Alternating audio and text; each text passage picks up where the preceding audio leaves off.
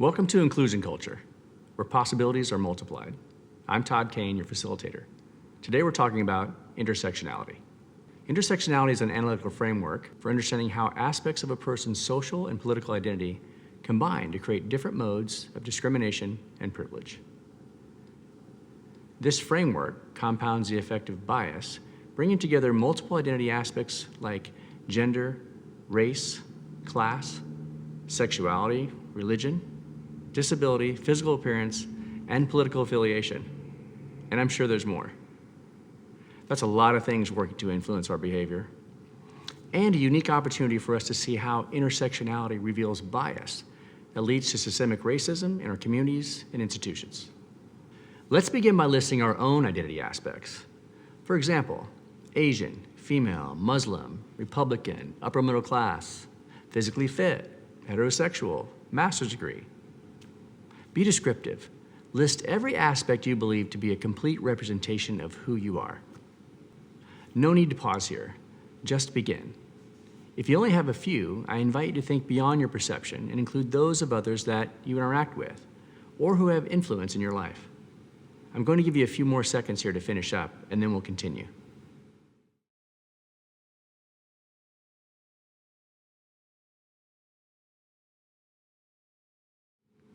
Okay, good job.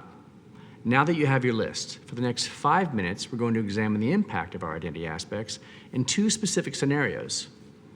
Now, the first is how they impact you while participating in a meeting at work, and the second, while taking public transportation at night. You'll place a positive symbol next to those aspects you believe give you an advantage, and a negative to those you believe give you a disadvantage. On the left side of your list for the meeting, and value on the right side for the transportation.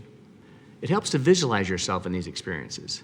Notice the details, like your mood, title, time of day, or the type of transportation you're taking.